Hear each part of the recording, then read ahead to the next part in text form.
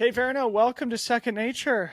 Thanks for doing this. Oh, it's a pleasure. Thank you for having me. Lucy, you set this up. Kate is the director of women's strategy at Zwift, a very cool technology company in cycling. You get us started here. Yeah, Kate, I think I first crossed paths with you at Sea Otter this past year.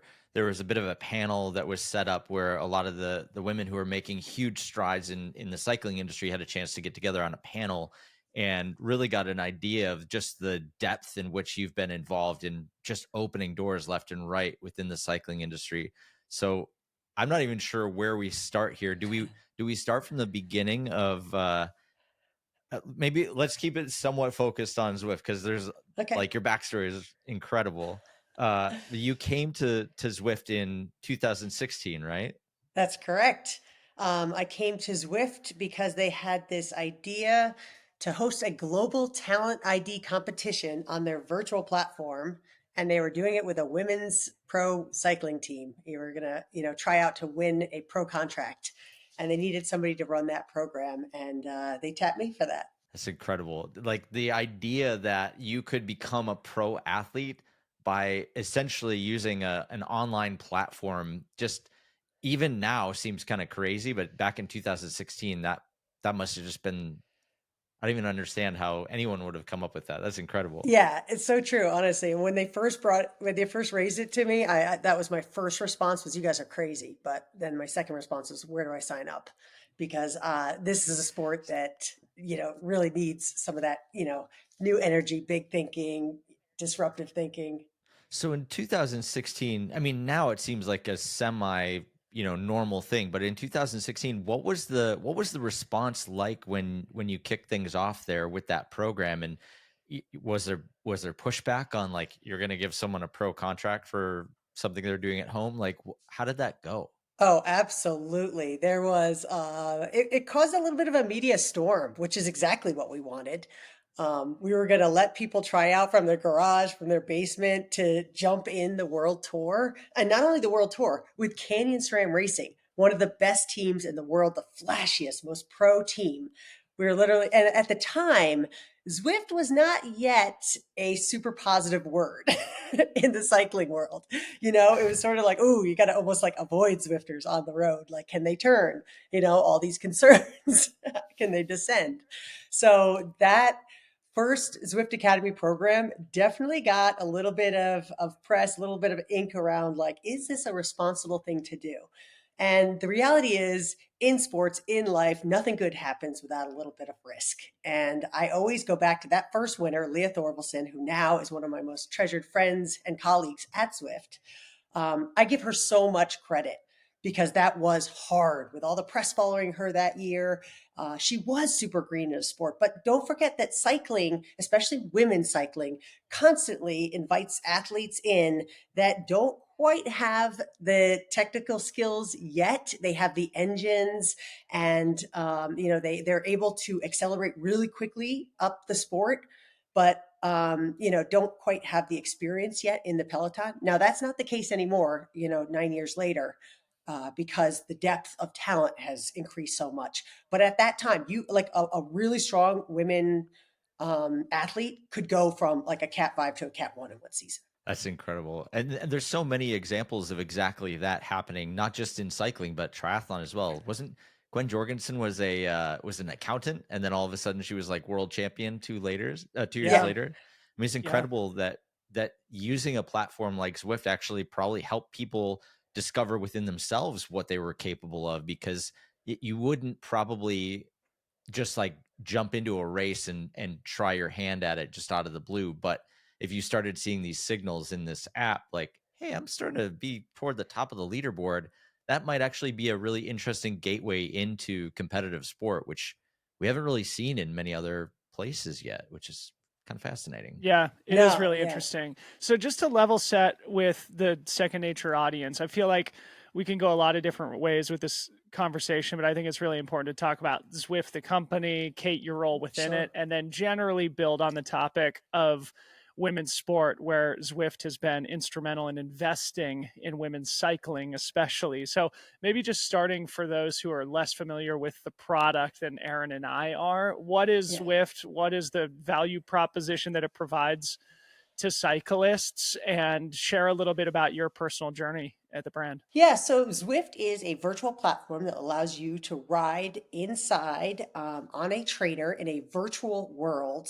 with cyclists all around the world. So essentially, we created a video game for cyclists where your real life power is transmitted directly into your avatar. So what you're doing on your bike is now it's propelling you in our video game, and it allows you to do, training, group rides, all sorts of fun races with thousands and thousands of cyclists all around the world. So it's effectively a place where people can get on their trainer at home, plug into the Zwift software, and catalog their training and sort of compete virtually against other Zwifters, no matter where they are around the globe.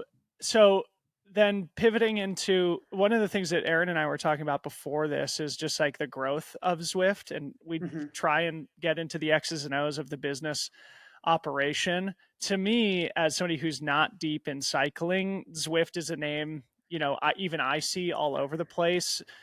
Maybe most noticeably in my Strava feed, where there's a Yeah. Zwift integration. So even a lot of the people, I come from the running world, Kate, and a lot of runners will do supplementary cross training on their Zwift bikes as well. Mm-hmm. So the thing that Aaron and I were finding, really interesting is just the growth of the brand. So maybe you could, just provide some perspective on that as somebody who's been there for almost 9 years. And then in Yep. particular, we would love to hear about the COVID experience. Yeah, that was crazy. So yes, we just celebrated our 10 years at Zwift. I've been there for 9 years. And this platform, started by just trying to do things differently, creating, trying to make indoor riding more fun. It was solving a problem. And in solving that problem, what we actually ended up doing is making cycling a lot more accessible and inclusive. We started with, just engaging with our community and just growing community so people could build their communities on Zwift. And then we got into racing.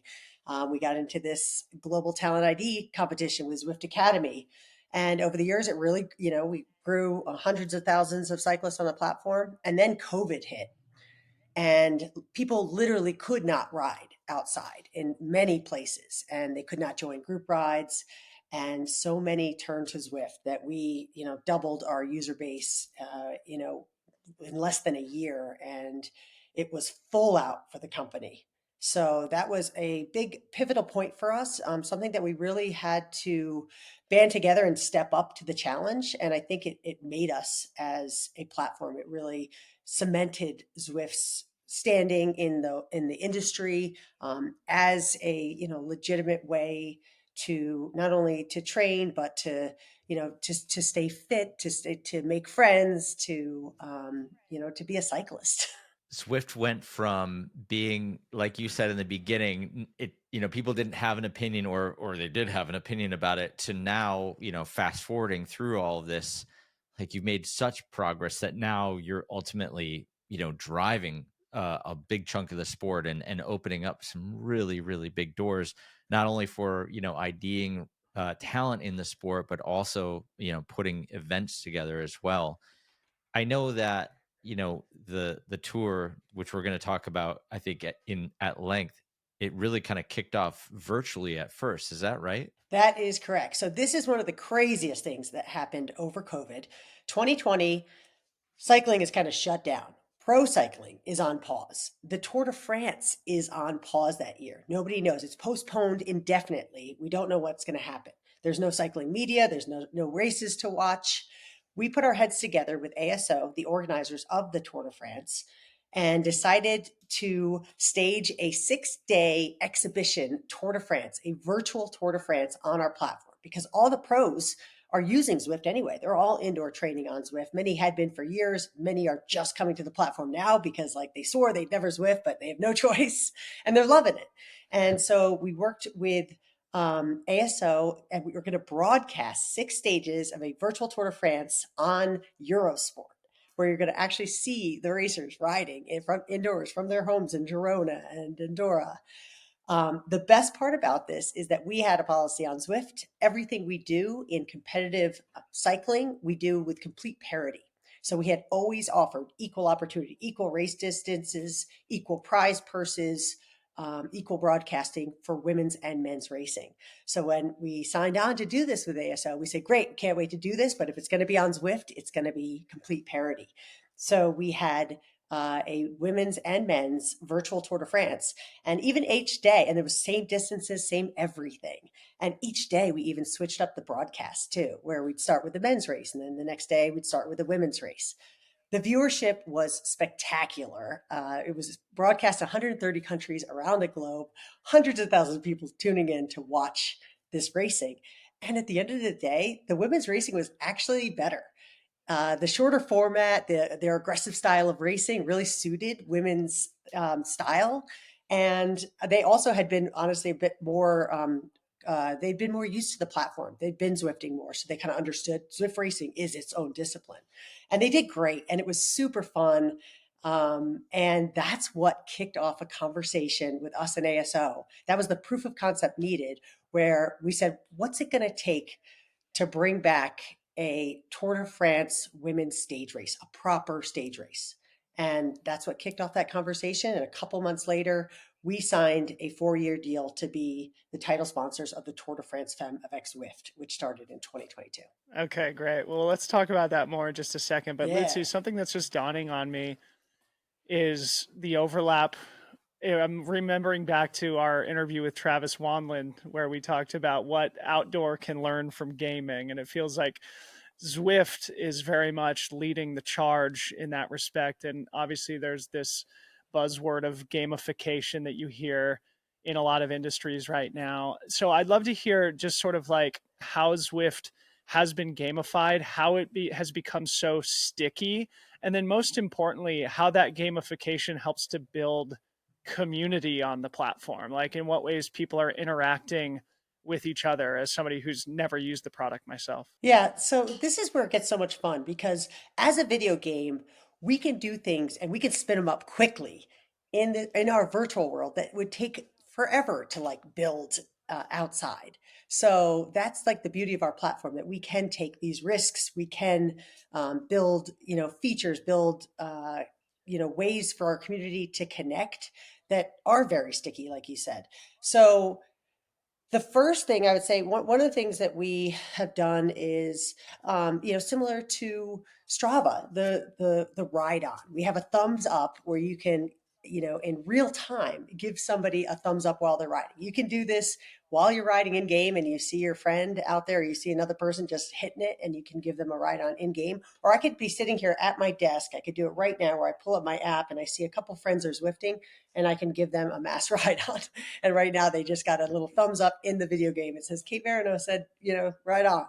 So fun things like that, where there's just like these kind of micro encouragements. We have a feature that is called clubs, that basically you can build your club on Zwift, and you can, create events just for your club.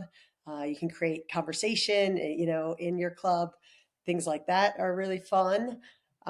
We have many different kinds of series. Like, we're going to have the Off the Map series coming up in December, where this is a race series with a brand partner, that, people around the world can join and compete and have fun. And, it's a great way for a brand to engage with community.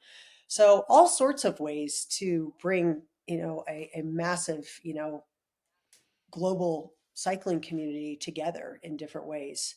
So you can follow people, all the different social activations that make for a really strong community platform. And that is what has accelerated our growth and set us apart from competition, is that community and the way that people can connect on the platform. It has enabled us to grow at an incredible rate. And now, like, you join Zwift because like of the social motivation. You continue to ride because of that social motivation. Like, that's one of our biggest values. There's always people to ride with at any hour of the day, group ride, race, whatever you're feeling, or if you just want to, get into that, those solo intervals, you could do that as well. But we've had a lot of fun. We also have like dinosaurs and volcanoes on our platform, so one of our main values is also always keep it fun. At the end of the day, it's a video game. Can you share how big it is now? like how big the user base of Zwift is? Again, I'm just personally curious, Yeah. like how many people are actually on it live at this particular moment using the Oh, at product, this moment, and this is yeah, 16,000 at this very moment. or We've in had, I think general?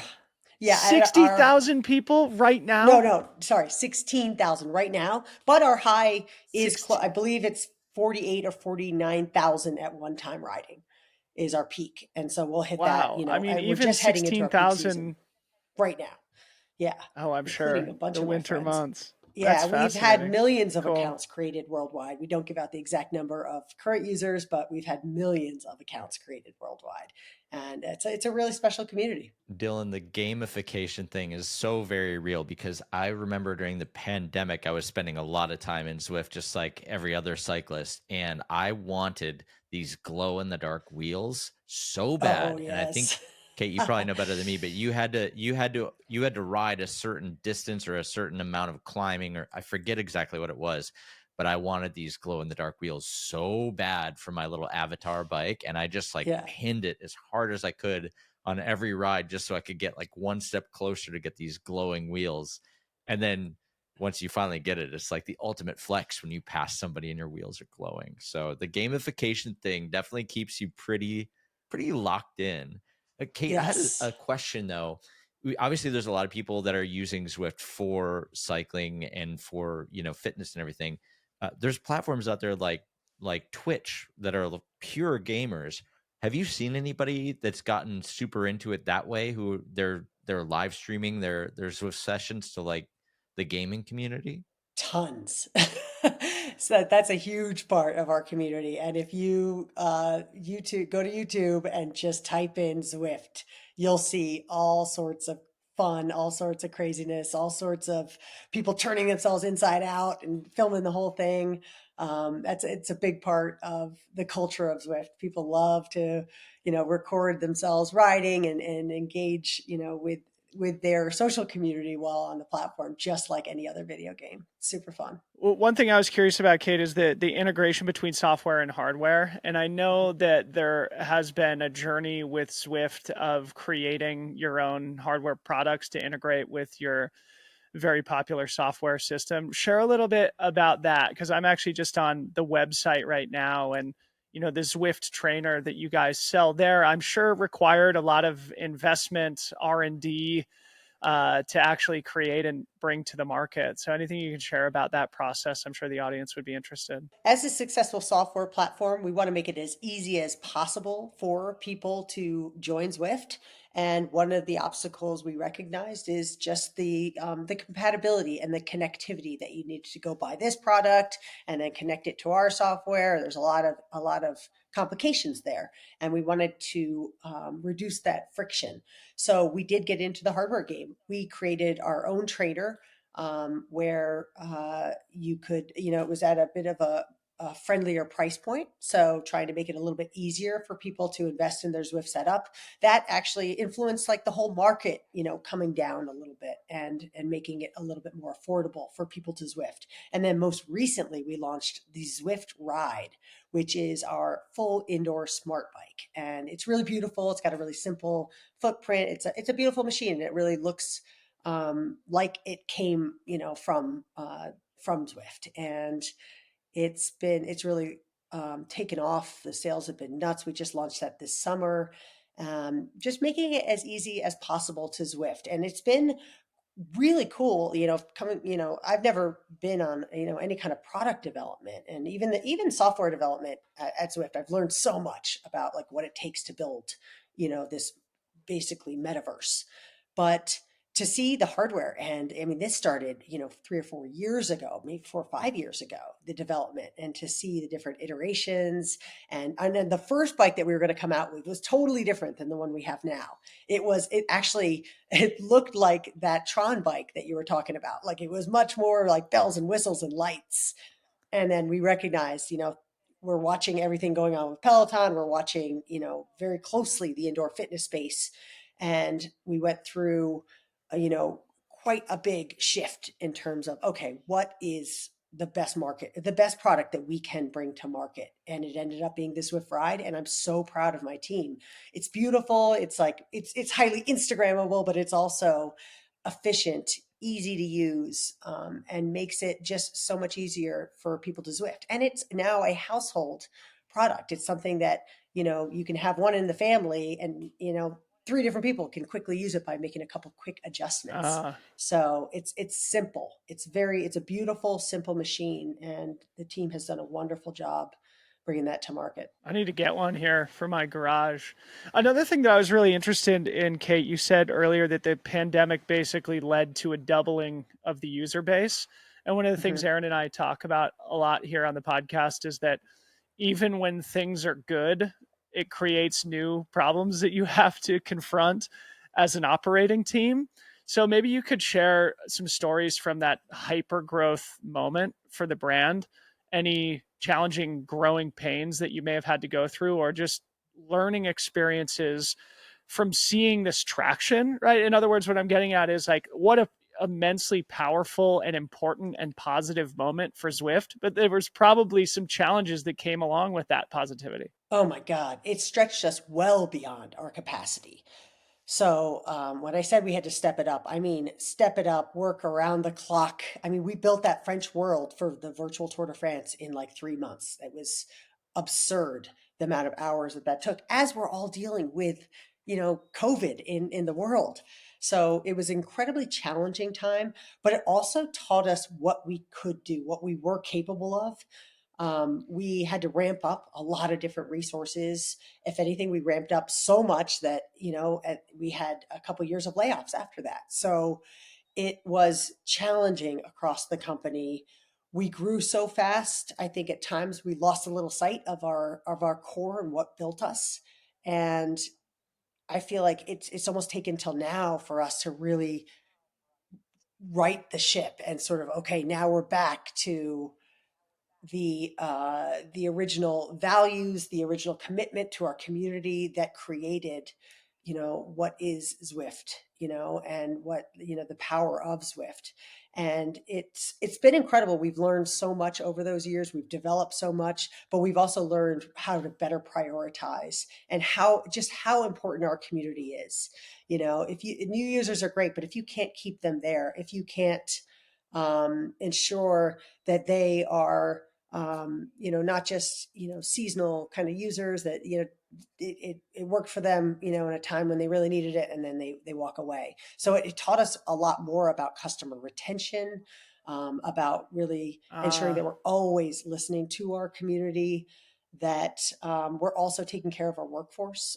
We were all really stretched at that time, and the company's done a wonderful job of, looking after our full well-being as well, because it was hard. I will say it was a very hard time. It was exciting.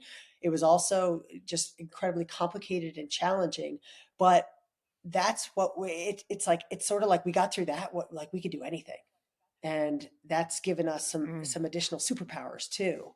And I love to see, who we are now because of having to go through that really trying time. You mentioned that the team had to put together the French countryside for the tour in about 3 months. That's obviously a huge component of being able to live stream the tour. What what did it look like beside that with this partnership for specifically the virtual tour? And then I really want to go into the real deal, but what else goes into that level of partnership when you're working with the Tour de France to like co co-produce it at that stage?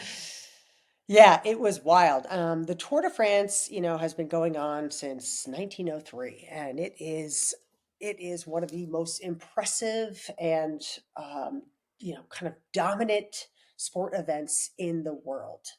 Often called the most watched annual sporting event in the world because of the hundreds of million people watching.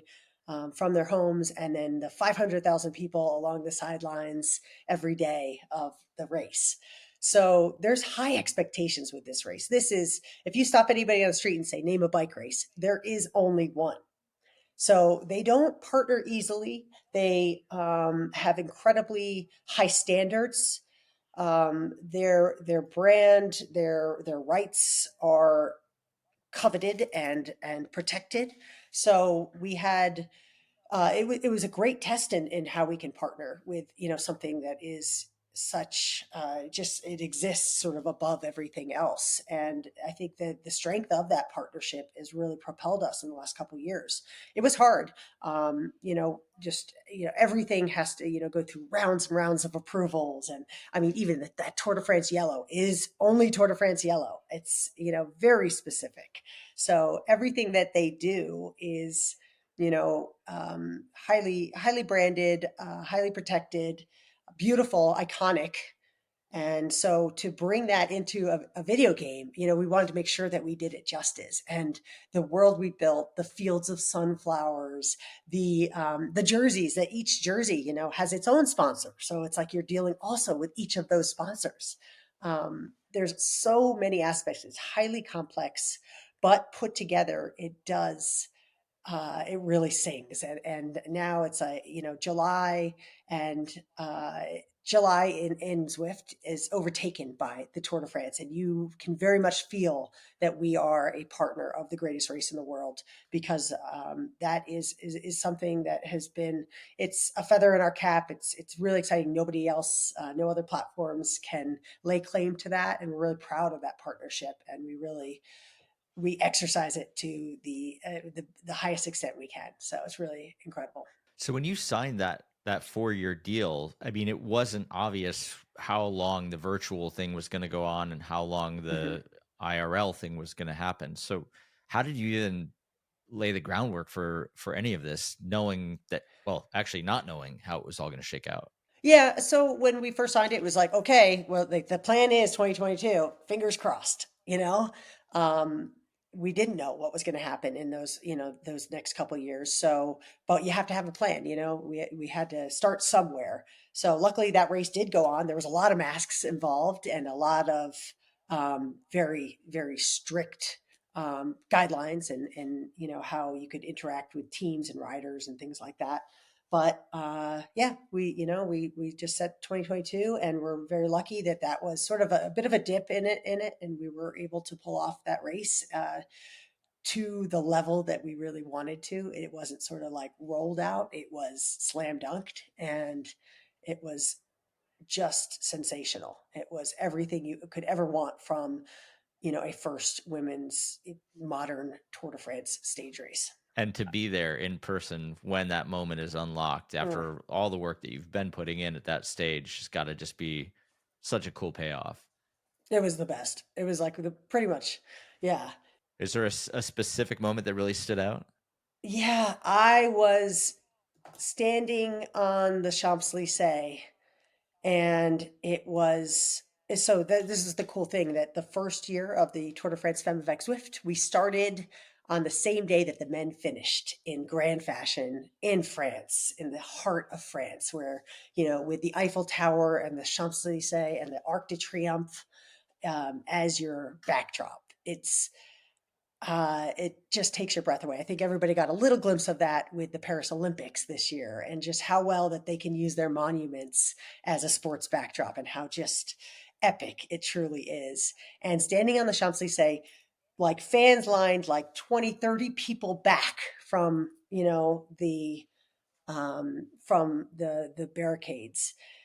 It was mobbed. It was a glorious day. The sun was out, and they were doing laps on this boulevard with more fans than I've ever seen at a women's sporting event. And I was like, this is happening. Like, this is happening. I think I teared up at least 4 times that day. It was like, and it wasn't, they had raced with La Course, the 1 day race. They had raced on the Champs-Élysées, but there was something about that felt like a bit of a sideshow. And this was the main event. Like that day, that was the main event, the kickoff of a proper women's Tour de France, knowing that we were going beyond Paris. It was like, this is just the start. And it truly felt like the start of something. I get goosebumps just thinking about it. It was magical. And Zwift was integral, obviously, in bringing it to life. And that's obviously where I'd like to go next in terms of as one of the things we've talked about is like the opportunity that exists in women's sport right now, and that the investment from Zwift, while it is the right thing to do, also has a profit motive and incentive behind it. In other words, it's not just a philanthropic endeavor. Can you build on that, like balancing doing the right thing with doing the thing that will ultimately put the business in a more healthy and successful position? Oh, absolutely. This is my favorite part of it is like when you can combine, something that feels good and feels like the right thing to do with incredible business value, an incredible investment, a vanguard investment, something that puts us as not just like, oh, good, we got into women's sports. No, we led in this space. We stamped it down. We said that we believe in this before we knew how successful it was going to be. We, plunked down and said that this is something we feel is the future of cycling, is something that we're going to take our success as a platform and reinvest, and this is where we're going to do it because we believe that so much of cycling's future growth is going to come from women. And in this moment where women's sports are finally getting the attention and visibility that they deserved, this partnership couldn't have been better placed. And the cool thing about it is it's not like, oh, we got in the game 4 years ago. No, it started with that program I told you about. Zwift Academy was a women's program, that groundbreaking program to win a pro contract, women's program. That built the foundation of our women's community on Zwift, which is the largest, global women's cycling community exists on Zwift. So all along, with parity in competition, we have been, you know, invested in women since the start. We've been committed to the growth and elevation of women's cycling, and this allowed us to shout it from the rooftops. And what an incredible opportunity! Because I'm talking to you guys, and we're in the outdoor space. I'm talking to other people they're working with NBA and soccer and all the other momentum behind women's sports. It puts us in that bigger conversation as one of the players that was an early adopter, somebody that was really leading the charge. And that's a great place to be in the industry right now, too. I love my role. I get to really rally other women in the industry and say, like, all right, what else can we do? And this is like, it's like, all right, now we have clout now. We have a reputation. I love all the emails I get from women in the industry of like, okay, like, how'd you do it over there? Like, I need some help over here. And so we're really just seeing the growth cascade across the sport. And that's where you get real change too. It's not one race.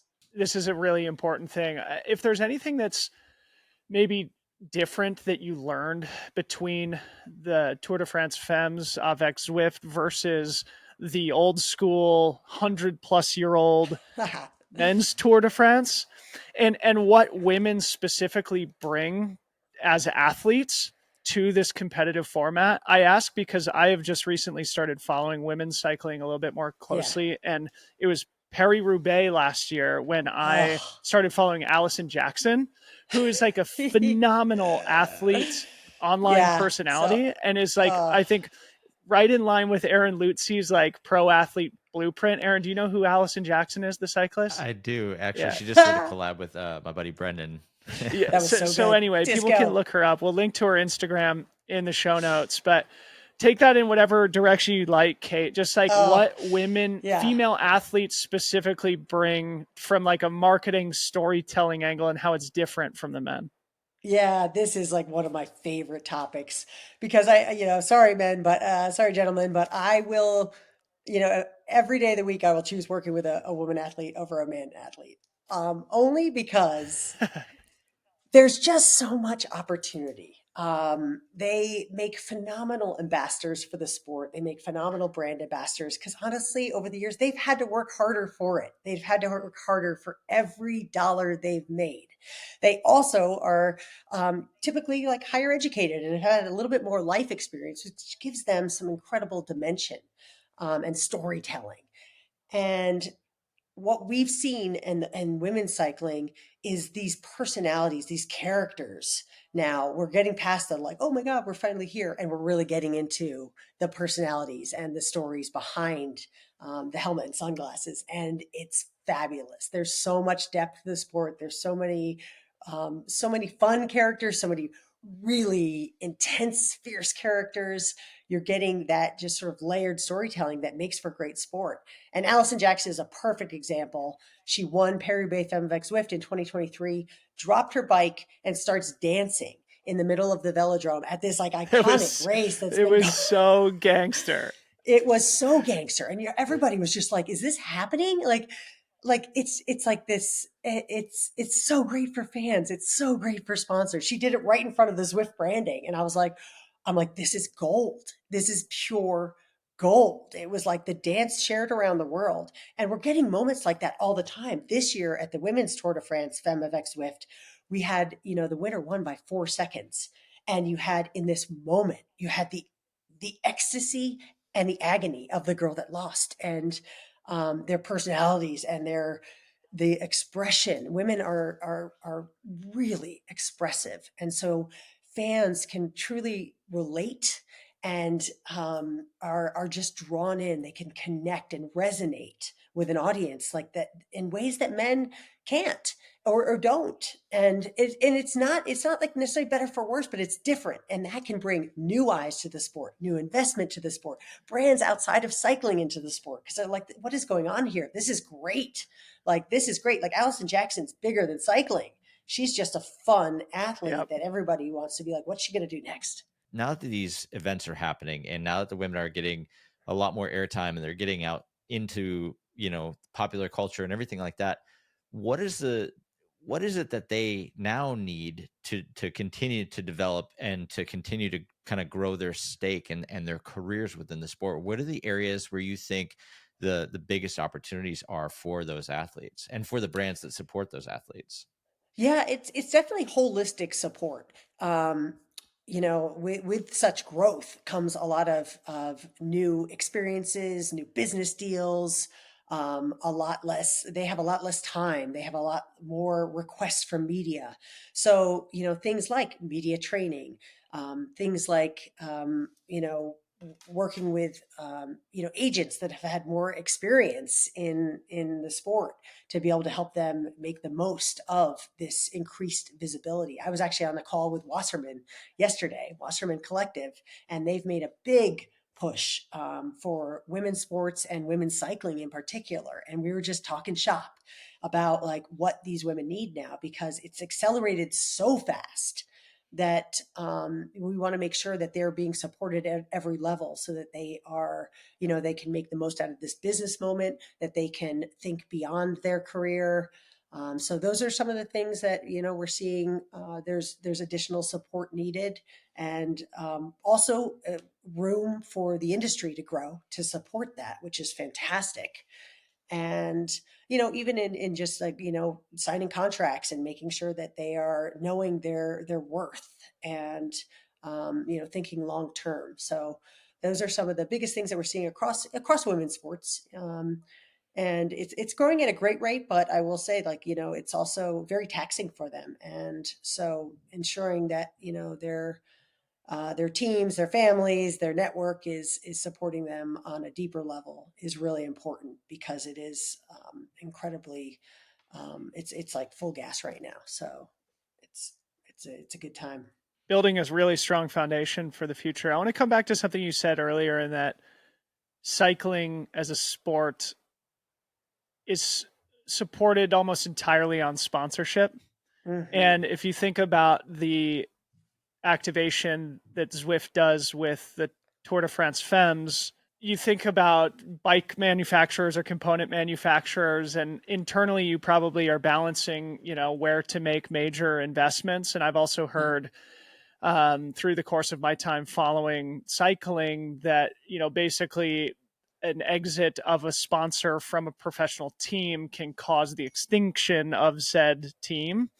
And so maybe the pros and cons of the sponsorship model that's used in cycling now, how Zwift feels positioned to be a leader in that space, and how maybe this is a non-traditional sponsorship compared to what the traditional bike and component manufacturers are doing. Yeah, sponsorship is makes this sport go round, literally. And a lot of sponsors kind of come and go. They get a CEO that's excited about cycling, and they sign up for, a couple years, and then that CEO leaves and the sponsorship leaves. So we are so well positioned, being in the category to invest longer term in the sport because it's so directly connected to our growth and our visibility. So it's a great sponsorship for us to really be able to strongly connect our product and community in our activation of the sponsorship. So we've had tons of fun. I mean, we can activate this partnership on so many levels. So at the race, we show up. The race, if you think of Tour de France, you think yellow. But the Tour de France Femmes Avec Zwift, with us as the title sponsor, we also bring orange and pink and some incredible vibrant brand colors because we are a very kind of poppy brand. We bring that to the race so that the race kind of looks and feels a bit differently. And it also strongly connects the Zwift brand with our title sponsorship of, the race for long term. We want people to think of this race and to think of Zwift, quite honestly. And we have a lot of opportunities to do that.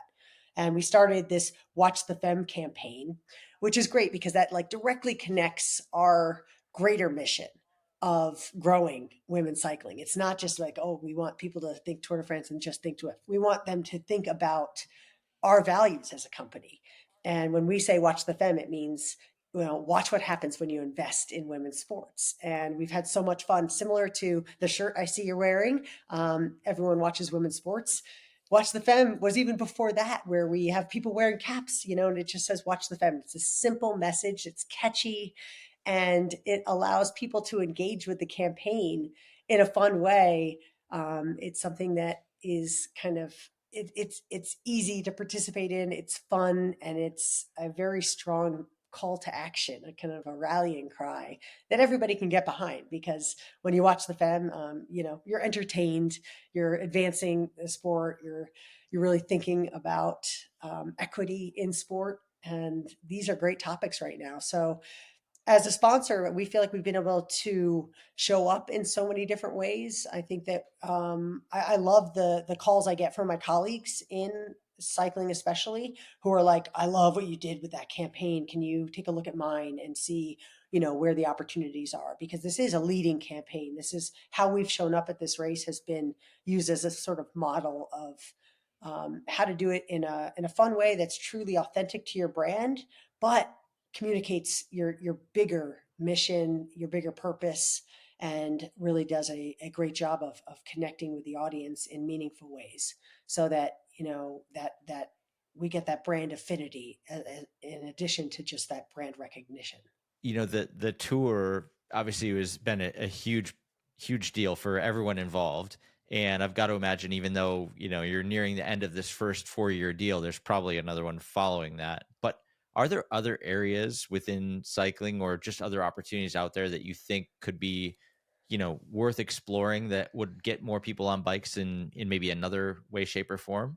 We're seeing in the US that off road is really the place that cycling is growing the fastest. So we're paying very close attention to that gravel space, his gravel space, and also, in mountain like NICA and gravel races bring more people to the sport in this really welcoming way, making it easier for a sport that's really competitive. In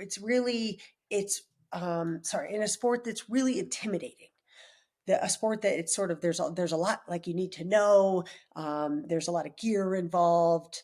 There's the sort of intimidation of being on the road, and you have these off-road spaces that are creating this really fun, inclusive environment that makes it where you can show up at a gravel event and there's pros racing, but there's also a whole bunch of people that are doing their first big gravel event. So we're looking at those spaces and what they're doing in terms of messaging and ambassadors and formats to ensure that people feel comfortable showing up, and that it's growing the sport in a way that is really accessible.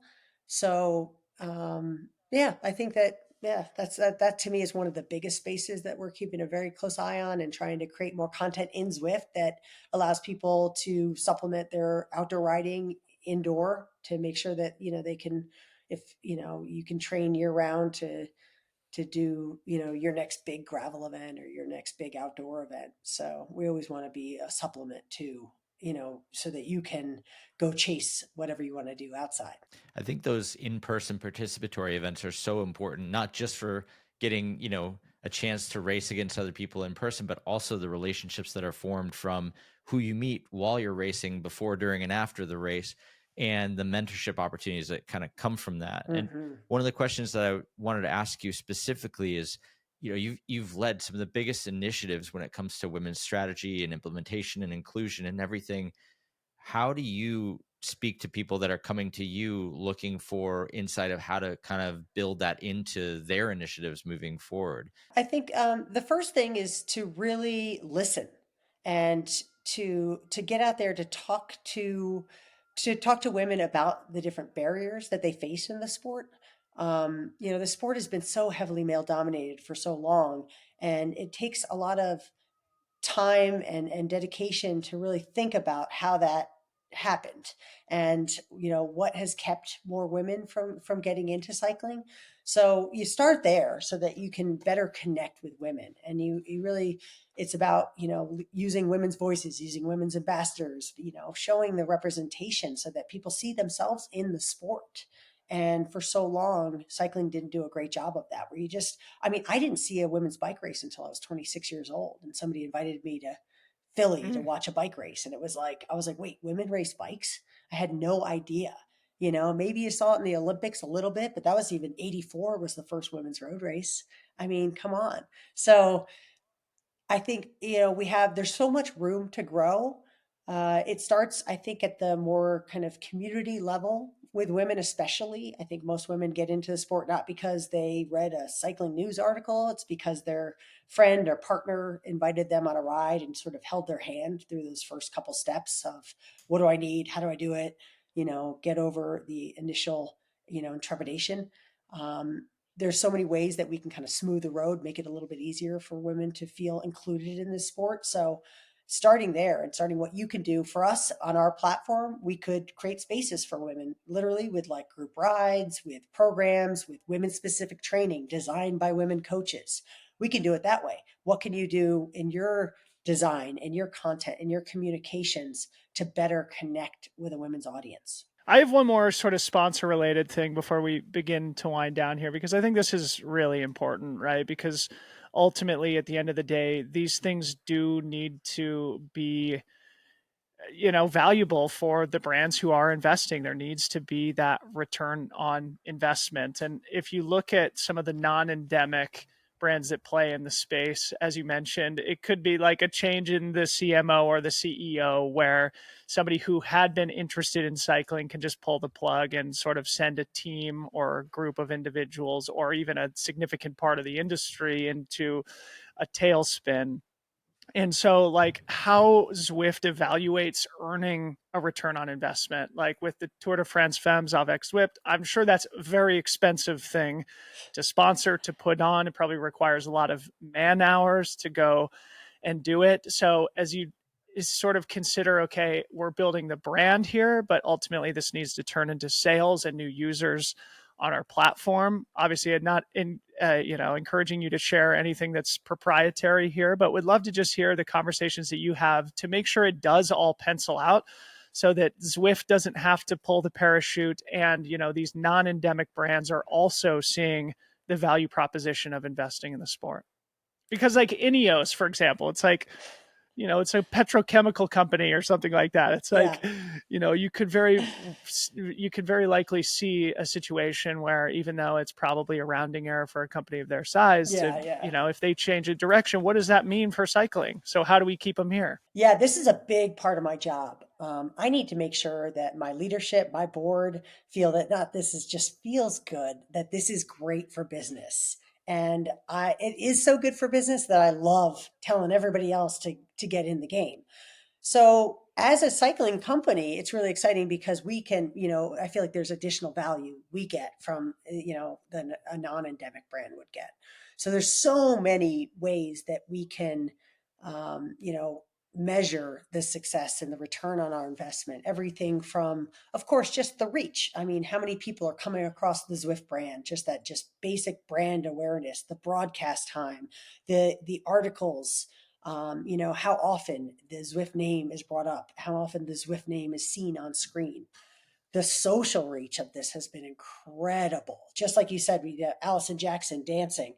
There's the content coming out of this race being so new, so fresh, so exciting, shared, so much further than just the typical cycling media. This has gone, Together is covering the race. Like major women's sports and sports platforms are covering the race.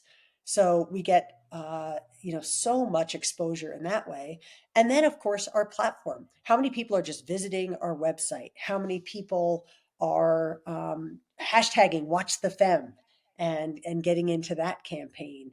And then, of course, growth on our platform, and ultimately, I want to grow users on Zwift, specifically women. Honestly, I want this to specifically speak to women. It is a long play, though. It's not like I can say, "Oh, we grew 20% last year." That's definitely not how it's working. We're looking to grow the sport because as we grow the sport, as we get more women into the sport, that is naturally going to translate to Zwift. So I'm lucky that there's not this intensive pressure that, like, oh, Kate, we didn't grow fast enough this year. We see it working. We believe that this is one of the main reasons that after COVID, we did not dip. We never dipped. We continued to grow, just not at that same, Wow. exorbitant rate. So I believe that this partnership and this visibility, this goodwill that we've created, and this leadership in the industry is, propelling us continually. And it's the best marketing thing we've ever done, quite honestly. And that's Mhm. felt within the company. This is our proudest moment. This is something that everybody at the company truly believes in. They watch the race. We have our own fantasy.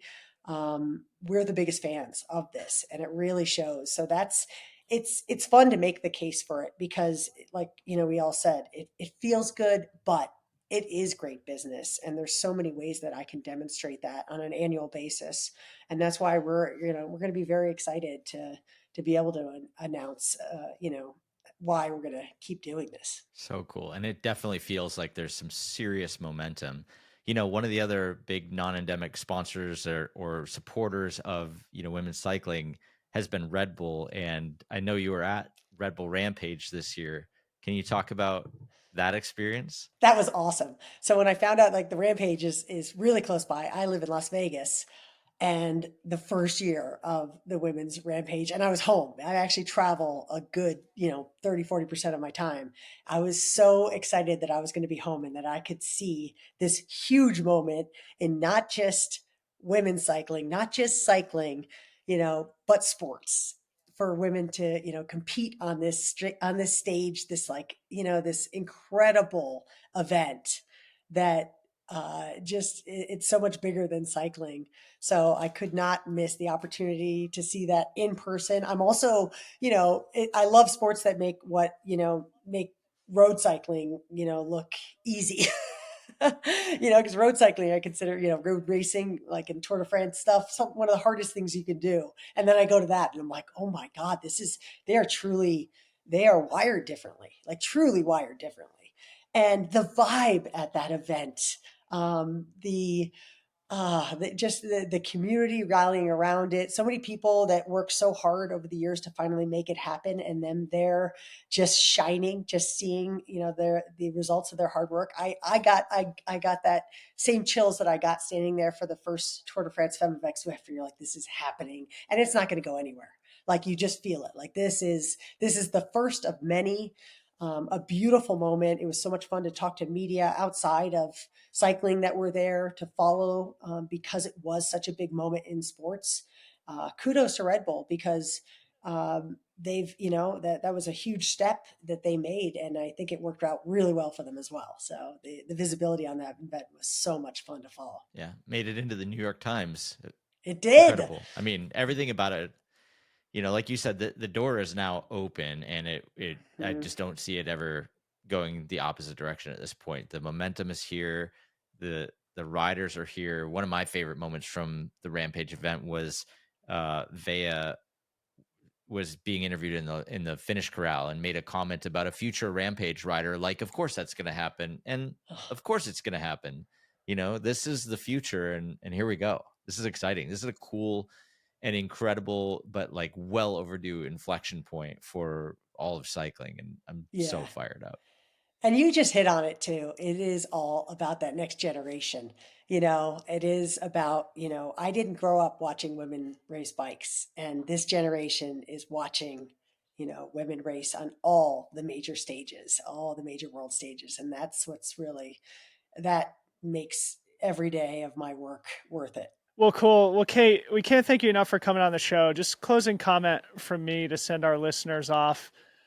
This is like exactly what Second Nature is all about, right? It's like the marriage of good product in Zwift, a cool sports franchise, the Tour de France Femmes Avec Zwift, and good business, something that ultimately keeps us all employed, motivated, and inspired to open the laptop every day. You mentioned the Watch the Femmes shirts and hats or merch that you guys made. Lucy's wearing the Everybody Watches Women's Sports shirt. And then in trail running, I don't know if you've seen this, there's a women's trail fund that's led by one of my close colleagues, Corinne Malcolm, and a few others. And they printed a bunch of shirts that said, I'm here for the women's race. And now whenever you go to a trail running event, you see a bunch of people wearing the I'm here for the women's race t-shirt. So maybe we'll put a link in the show notes to that. But anyway, the marriage of all those things creates great content and good inspiration for our audience. So Kate, we appreciate you joining us. Thank you so much. It has been delightful.